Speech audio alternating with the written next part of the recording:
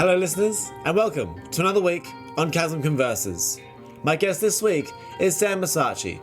Joining me from Adelaide, South Australia, he talks about being the guitarist of Alt-Rock Grunge band Larsen, sharing the stage with bands like the Delta Rigs, the Sleepyheads, and Electric Six, the art of shooting simplistic music videos, and we catch up on some good times. Join us, and let's get conversing. Chasm Converses. Sam Massacci, welcome to Chasm Converses. Thank you for having me. So cool to have you on here, man. It's so good to see you again. It's been a while since I've been able to have a chat with you and the rest of it, because you're joining me from Adelaide, yeah? Yes, that is correct. It's been quite a long time since we've met. Yes. Good to see you again. Yeah, absolutely, man. I'm really keen to have a bit of a chat with you today, man. We've played obviously in our own separate bands for quite a while now. Over the years, mine sadly came to an end. However, yours is still punching on strong, man. 8 years, coming up on 9 years. So getting there. Hopefully can do some cool stuff when 10 years rolls around, 100%. It's been a long journey. It is. It's so cool. So many bands are sort of hitting that, or from back when we kind of started around that 2015, 2014 spot, so many bands are now starting to hit that 9 to almost 10 year sort of anniversary gap. And it's just such a credit that some of those bands are still obviously going on and all the rest. I know Burning Bridges played their reunion show the other night actually at the Cranker, which I really wanted to see. Sadly, I wasn't able to see it, but that took me back to so many of those times. Obviously with our bands, obviously Oceans, Paper Sunsets, and Larsen playing the Cranker, all that sort of stuff. And it's so great that we've all just come so far. And before we know it, now it's 2023, and it's a completely different ball game. Hey. It is very different, and I think you and I both, we've seen a lot of change, probably within ourselves and the bands, the music we make since we started. It's been a long journey, and there's definitely a huge difference when you reflect on your early works versus the more recent stuff. Yeah, 100%, man. I'm really keen to talk to you about a bunch of stuff that I don't know too much about. You're one of these people that I've been able to see shows with and converse with quite a bit and whatever, but I'd love to dig into a little bit more of your life and your musical life and all your stuff and pursuing music with Larsen and all the rest of it. So I'd love to ask you about when you very kind of first started wanting to kind of be a musician, because you're a guitarist obviously in the band. Was music something that was very kind of big within your family, or was it something that you just sort of gravitated towards a bit more than the other people around you? Not really a big thing in my family, my dad, parents never played the instruments. My dad did very, very briefly, but, doesn't remember how to do anything. But he did have this old electric guitar with no amp and, buzzy frets and all that. And, had that lying around. So I'd say I was a pretty casual music fan. Till the age of 12, 13, going into high school. And then, with the shift in technology, had a friend, send me some more alternative music, more from the main, less mainstream stuff. And I really started to become a lot more passionate about music. Just finding my own stuff rather than just sort of having stuff, presented to you in radio and TV and all that. Yeah, for sure. I remember it sort of all started with my friend Bluetoothing me a song, if you remember those days. Yes. Oh, man, that should just take forever to send. Yeah. It took a while, but, he sent me a few songs, and I guess that's where sort of I started to become more interested in music. Ages 13 sort of through to 15, 16, we're going to heaps of gigs, and I just sort of really started to care about music a lot more, and just listening to music was a whole different experience, really paying more attention to the details and that sort of stuff. So I guess the first thing I sort of started with was screaming sort of vocals. So I would just sort of listen along to music and sort of found that I could do that. So that's sort of where I started. Like, oh, maybe I'd really like to start a band doing this. That'd be really cool. Because Dude, I never knew that. That's so cool. I mean, hell, I screwed myself in fucking Kazran, so I had no idea that you did that too. yeah, unfortunately, I can't really do it anymore. Like Yeah. you let it go for X amount of years, and Mm, feels pretty foreign to do now. So I've pretty much completely lost that ability. But mm. that's where I started, and that's sort of what made me want to get into a band. And I did play with some friends and stuff at the time, but that led me to meeting Liam. We went Hey. to high school together, Yeah. and he played guitar. So immediately I was like, wanted to become friends with him and get Oh in yeah. jamming with some of my people. Hmm. And after a while, it was just me and Liam, and we were just trying to get a band going. Right. Around this sort of time, around 16 years old, I decided I wanted to like write music. Mhm. So I decided probably the best way to start with that would be learning guitar. So that's sort of where I started learning guitar. Right. And Liam tried to do like all different genres. At one point, it was going to be like a metal band. At one Oh point, wow. grunge band. And then I think when we met Alex, we sort of landed on the idea of, sort of alternative rock, grunge sort of stuff. Mm. Yeah, Steve Yeah. came in just as I knew Steven like played a bit of guitar and Yeah. asked him if to join us, and that was sort of the beginnings of Larsen. Wow, that's so cool, man. How did you guys meet Alex? So yeah, Liam and I, we were just looking for drummers, and we got in touch with a lot of people online. Yeah. People cancelled. We had one or two other people rock up, but Mm. I remember we met up with Alex on a website called, I think it's called Band Mix or something. Right. Uh, Okay. Yeah. I've heard of it. Yeah. so yeah, we never met him before. We just saw some audition video he had of him playing in school and doing Mm. like a drum solo. And Love that. first time we jammed with him, he was definitely a far more polished musician than we were. Like a Right. lot further in his journey. Mm. Like I said, I hadn't been playing guitar very long. Liam didn't sing at that time either, so Right. yeah, yeah, we sort of, other than Alex, who had a bit of experience, the rest of us sort of all learnt together how to play music a little bit, and Right. yeah, sort of progressed from there, I guess. I love that. I mean, Mm. because I met Alex, we played football together with like Happy Valley years ago, like literally like under like 16s or 18s or something like that. And so when I first sort of obviously came across Lars and came across you guys, and I saw that he was the drummer, I was like, oh my God, damn, I used to play football with that guy, no way. And then it just Yeah. became it became such a nice sort of connection, all the rest of it.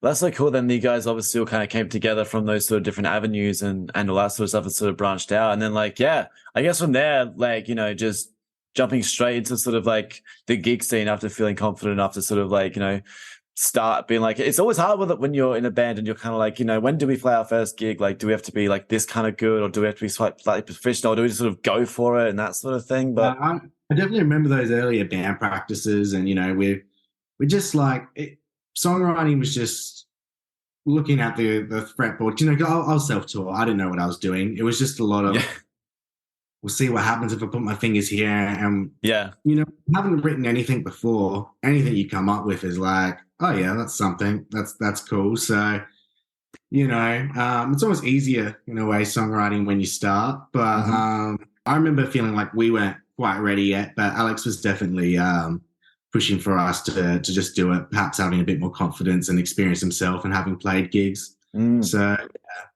No, that's awesome, man. And yeah, like I guess through that whole time, and as I said, we played together. And I mean, our second show that we played was together with our first show together, Oceans, Larsen, For Millennia, Favor the Brave at the World's End. Still like one of the best shows I've ever been a part of. that was a good one. I mean, we hadn't played many gigs at that stage either. I think it was like our No. third, fourth. So Yeah, yeah. that was our second one. So even just bouncing up from that. But it's so great when you just are able to get into that sort of that Adelaide kind of scene, and you can just sort of start playing at the regular venues and whatever when you kind of start off, and you kind of just you get involved in that circle. and it sort of starts to grow and grow and grow. And through that, you meet so many like new people and like, other bands and stuff that you gel and you mix really, really well with. And I guess as you guys kind of like, progressed through to like, releasing your first EP and then wanting to go on even further to do an album, like you would have had so many influences from other bands and other people around you to take that big of a step. Like, was that kind of a mentality where you were kind of just like, oh, let's just throw all the stuff in and do an album? That'd be great. Yeah, it was a lot of learning from the people around us. Like I remember when it came to the album, our producer at the time, Hugh, was his name, and we knew about him through Four Millennia because they'd just done recordings with him. So Yes, you definitely, take on board what the people around you were doing and, try to learn from that. And if you hear something you like, really like their production of their music, copy them a little bit, yeah, just throw a little bit here and there. Yeah, shower the decorations on top of our music as well. Yeah. But no, it's good to learn from the people around you. And yeah, we've definitely had a lot of guidance from more experienced bands when we started out. Yeah, for sure. And that would have been such a great time to do that album as well. Like actually put down just a bunch of tracks, and like record them all and even like putting it all out. Was it quite fulfilling to know that like, you've put out an album as a musician? Because there's lots of bands and lots of people who haven't had the opportunity to do that. Yeah, well, I think we'd already written an EP. It just sort of seemed like a natural progression, definitely something we wanted to accomplish personally to put out like a full length album. In hindsight, it probably wasn't the best move. I think you get in these days more bang for your buck putting out singles or EPs, sort of shorter releases. Yeah. I do think that's the way to go, but at the time we didn't know any better and we just wanted to put out a full album. So we did it. And, we've always been pretty collaborative with the songwriting, which helps in like getting a large quantity of songs. Yeah. So, that sort of helped us to be able to do it as well. The fact we sort of had different ideas coming from different people and, we're able to sort of finish the songs together. Yeah, that's awesome, man. And I guess you kind of, I guess, like learned that lesson heading into like the next couple of years and whatnot, because you did just start to like, drop a bunch of singles, which was awesome. Like, I'll Be Fine and Honey and PG-13, all those sort of like ones that sort of scoured around. Did you guys sort of like record all those ones at once, then just sort of figuratively plan out when you wanted to put them out? Or did you sort of just go in and out of recording each kind of one? To be honest, it's a little bit hard to remember, but I think we definitely recorded a few at a time. Usually we try going and record 2 or 3 tracks at a time just because it's more financially viable, and efficient. But yeah, then release them scattered so they get a bit more attention. Yeah. You guys have also had the opportunity to play so many cool like sort of shows and single launches, because obviously with a new single sometimes comes like, big launch shows at various, venues and all the rest of it and that sort of thing. Have you got like a show that you can remember very distinctively that was one of like your favorite ones that you guys have all sort of played together, or one where like, everything just felt incredible when you were on the stage? I remember there is a memorable gig in a real early days. Like the first time it really felt like, yeah, we are really playing like a cool show. It was probably our EP launch, which I think you were at. Yes, maybe? I think so. How was it? Was that the Ed Castle? Yes. Yes. How was that? How was that? It was just like, having recorded songs, the hype around it, being excited to share that, and then having a good turnout, energy in the crowd, people actually knowing the songs because they've been recorded, I remember the last song we had other bands on stage, changing instruments and stuff, and Liam and I went crowd surfing in the crowd. Yeah, that's right. And our brand new in-ear monitors, which came off us, and scattered in the crowd. Luckily, it didn't get trampled too much, but all right, shit. That was sort of the first memorable gig, I'd say, in terms of just really enjoying the moment and being into it. Yeah, but Yeah, there's been a lot over the years that have been pretty memorable. Are you someone that, because obviously, you're very well veteran now in playing shows and going on stage and all the rest of it. Do you still get like the kind of the stage fright and the nervousness and that sort of stuff when you do go on to kind of play, or do you find that you can be quite comfortable now on stage with the band that you've been with for so many years? I still definitely get anxious before shows. Not Mm. always, Mm. but it depends. Like, I find a certain level of comfort playing when you're the headlining band. You know it's going to be your own fans. Mm. That's always a comforting feeling. Yeah. Sometimes it can be a really important gig, so you put pressure on yourself in that aspect. Hmm. Uh, but if you're like a support Hmm. and you're playing to a really large crowd, it's a little bit more intimidating because you just kind of hope they're going to like what you play, and you don't know Yeah. for sure. Yeah. But luckily, people always have responded pretty positively to us. But other times, you don't feel the nerve so much, and there are Yeah. times where you're confident right from the get go. Yeah.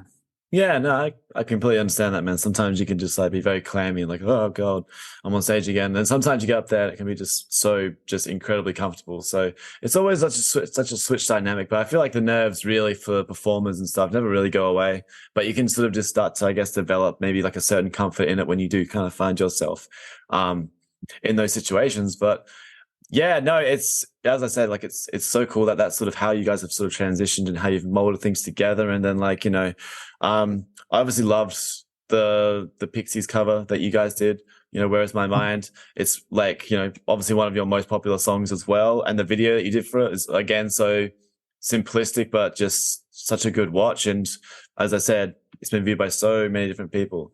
Is that one of the videos that you did yourself? Yeah, I did that one. Hey. No budget music video. Yeah. So just my rental that I was living in at the time, Hmm. and we just cleaned out the lounge room and just sort of had this very simple concept of, the camera going back and forth and using the wall to sort of cut and make it seem like one long seamless take. So Yeah. I guess I got the idea for that. Like single take music videos are pretty common. Yeah, Um, 100%. but I was watching the movie Birdman. Have you seen I that? haven't actually, no. What's Well, about? it's a lot of long takes and single takes, but sometimes there's cuts in certain spots where Mm. the audience wouldn't realize. But me being a film student, and having Yeah. studied film, I sort of like, oh yeah, I reckon that was cut there. Yeah. Okay. So there was this shot where this guy is going through like a doorway or something, Hmm. and it's for a second the screen's black, and then he comes out the other side, and I was like, there's a Ooh. cut there. Yeah. Yeah. Sick. Sort of started to think about like how could I use that sort of idea in one of my music videos, Mm. and I remember hearing about, I haven't actually seen the film, but Alfred Hitchcock, I think it's called Rope. Right. Uh, Okay. I know that we did. I know that when I was doing film school in university, we delved into Citizen Kane so deeply. It was just insane how deep we did with like the cinematography and the use of shadows and also the use of cuts and that sort of stuff. But I haven't personally heard of Rope yet. But what did they do in that one? yeah, so that's a fairly like single take sort of movie. And I Mm. remember hearing about a shot where the camera pans to a wall, they Mm. cut it, and then they started re-recording and kept going. Because I think at that time the film cameras couldn't even record for that long. Right. So Okay. I guess that idea of it going to the wall, there being a cut, and then you keep going, Yeah. that's sort of where the idea started. And then it was just about, yeah, using that as a concept. Yeah, no, I mean it seemed to work really well, and I always love the fact that you know I've had quite a few people on the pot on this podcast and stuff, and some who are at the point where they can make really expensive music videos and really get all of their ideas across that they want to have, and some people who are still in that very low budget sort of like I don't know if it's worth doing it, or even like people who don't even know if it's even worth doing music videos and whatever. I think they're very worth doing for sure, so it can sort of paint a picture for the person to watch something that can kind of then connect them to the song. But I always love the fact that a lot of low budget music videos are actually just they are really great to watch, and they sometimes can be even more popular than ones that cost like your wallet so much money. I think it's just the way that it kind of gets put forward and the way that the people make it. But I love how you guys have like quite a few of your videos are sort of just like, concepts that you've kind of just come up with. You've just sort of like, just kind of like, shot yourself. Like even, the eating me alive one, like eating with the noodles and stuff like that. And going into subtle as well, when it's literally just Liam walking. That's like one of your most popular videos. Yeah. Again, no budget. What could we do? Some video content that isn't going to cost anything. And I think the inspiration there was that Coldplay music video where Chris Martin's on the beach, in slow motion. Yeah, yellow. Yeah. From there, it was like, music videos, every time you go to do one, it's overwhelming. Like, where do you start, Yeah. So that was sort of the starting point. I think, Alex suggested we do something like that. And then it's just what locations are there in Adelaide. We came across that pretty cool looking film and looked pretty nice in black and white. Typical shooting it, double speed and then slowing it down just to make it seem a bit more moody. Yeah. That sort of stuff. So good. No, it works out so well, man. Like, as I said, sometimes simplistic music videos can really be like such a good way to put across your music and your vision and all the rest of it. I'd also like to obviously touch on the Space Cadet music video because that's, a massive fan favorite of many people and such a great concept. Like, can you sort of remember the idea behind coming up with that whole idea and everything you kind of did? Like, even like the suits, like, where did you get the suits from? eBay, we got the suits. And I remember I searched up like NASA suits and there were cheaper ones that looked way better, but I saw this image of this guy and he was sort of posing with like a laser gun in this, the crap suit that you see in the music video. Yeah. It's perfect. Let's pay for that. So we got the suit. I do remember how we came up with the idea. It was we were on a car ride to band practice, and I think it was just me in the car. Yeah. And honestly, like the whole sort of base of the idea was just sort of joking around, being like, "Oh, you know what we should do for the music video?" And like I almost just said it all in one. Like go like, oh, and then this should happen and then this should happen. And, Liam sort of like joking back, throwing some ideas out. And we just sort of went from there. And it was just awesome, sort of a narrative type thing. And again, super low budget. I think maybe the last music video we've done before that was Burdens, which was super cinematic. And yeah, it was. Yeah, for sure. And before that, I'd been trying to do a lot of cinematic videos and stuff, but I thought it's really hard when you're doing, because I work on my own a lot, being sort of through, and that sort of looks really hard to achieve. I thought, what if I just went in the opposite direction and just intentionally went for the cheap look, the inspiration of that Beastie Boys music video. I think it's Sabotage. Okay. But that was sort of the inspiration for it, that low budget look. And I guess another interesting factor on that music video was to save money, we only bought one spacesuit. Oh, wow. I masked and composited all the shots together. Oh, my God, no way. I can't even tell. Cut, change suits, the other person puts it off at the next shot. Oh, and, wow. A little bit of like having to film things 2-4 times sometimes and then editing it all together.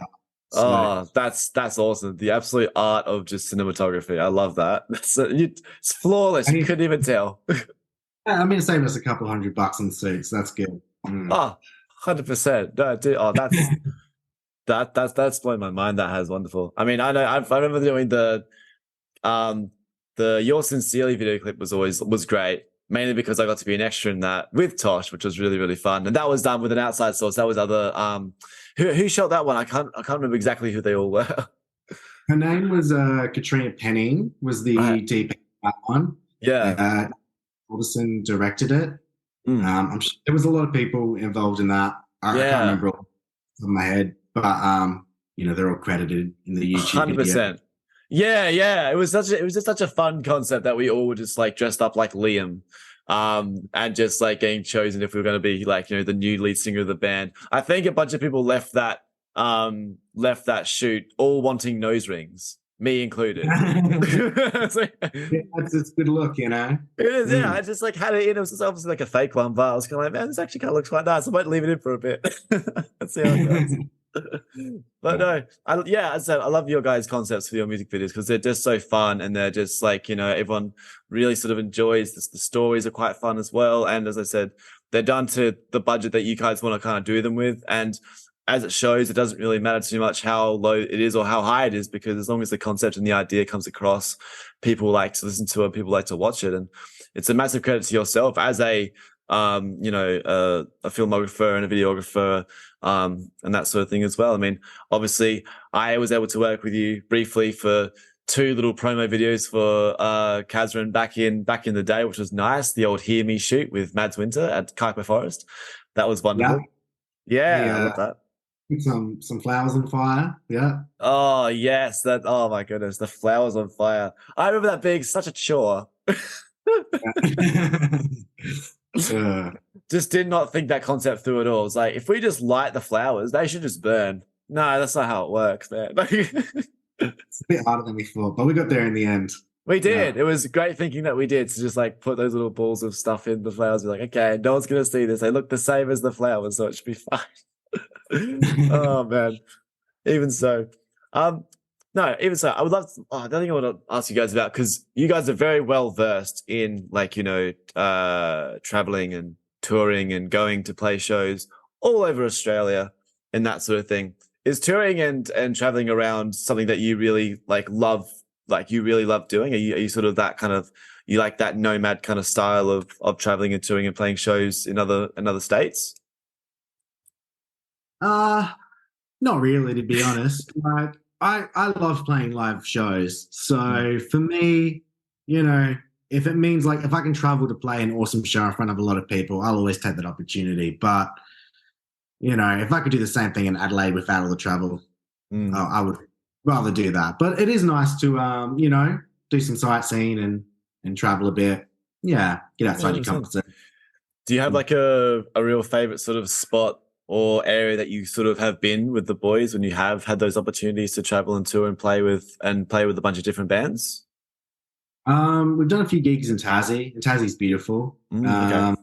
And I guess our main contact over there is a band called the Sleepyheads. Yes, absolutely. Who Stephen's very close with in particular. But yeah, they're all really nice guys and, have been great hosts to us when we've been over there. Yeah. Can you remember some of the bands that you have had the pleasure to sort of share the stage with? Because I'm thinking of a few myself that I think I can remember, because you shared the stage with the Delta Rigs at some point, didn't you? Yeah, we did the Delta Rigs at Fat Controller. Other bands we play with. Early on in our career, we did Stonecutters. Stonecutters. I remember that. Dune Rats, the Bennies. Played with Trophy Eyes in Sydney. Oh, yeah. Wow. Who else? More recently, we had a support for Electric Six. Electric Six? Oh, that's right. Yeah, no, I remember seeing that. I was like, wow, wow. Well, so cool, man. And another really memorable one was British India, also at the Gov. So that's right. Yeah, no, I remember seeing that one too. I'm sure I'm missing some of the best ones probably, but yeah, there was some pretty cool opportunities. That's awesome, man. I'd love to finish off just asking you about yourself with your own sort of musical influences and bands that you look up to and that you really enjoy. Have you got a show that you've seen of a favorite band that you hold close to you that sort of keeps, your musical sort of flair alive, or one that you sort of hold pretty close to you? I think it changes over the years. When I first started to get into guitar playing, I was big into metal and metalcore. Trivium was a huge band. Yeah, I love them. I thought it was amazing, the speed of their playing and stuff. And I think when you're new to guitar, that's really exciting, the whole playing thing. In more recent years, some more progressive stuff, like I really like this band called Chon. Like CHON, just sort of math kind of stuff. Tool as well is a big influence. They're probably a band I'd love to see more than any other band live at the moment. Yeah. And Probably Deftones as well would be up there as a pretty big influence. Not all their songs, but definitely they've got some pretty cool riffs in there and stuff. Yeah, I'm sad. Well, this has been so cool, man. It's been so nice to catch up with you and talk to you about all this sort of stuff, the music, Larsen, the video work, all the rest of it. Yeah, it's been so great to talk to you, man. Thank you for joining me. And I'm sure it won't be too long until we cross paths again. Thanks for having me, man.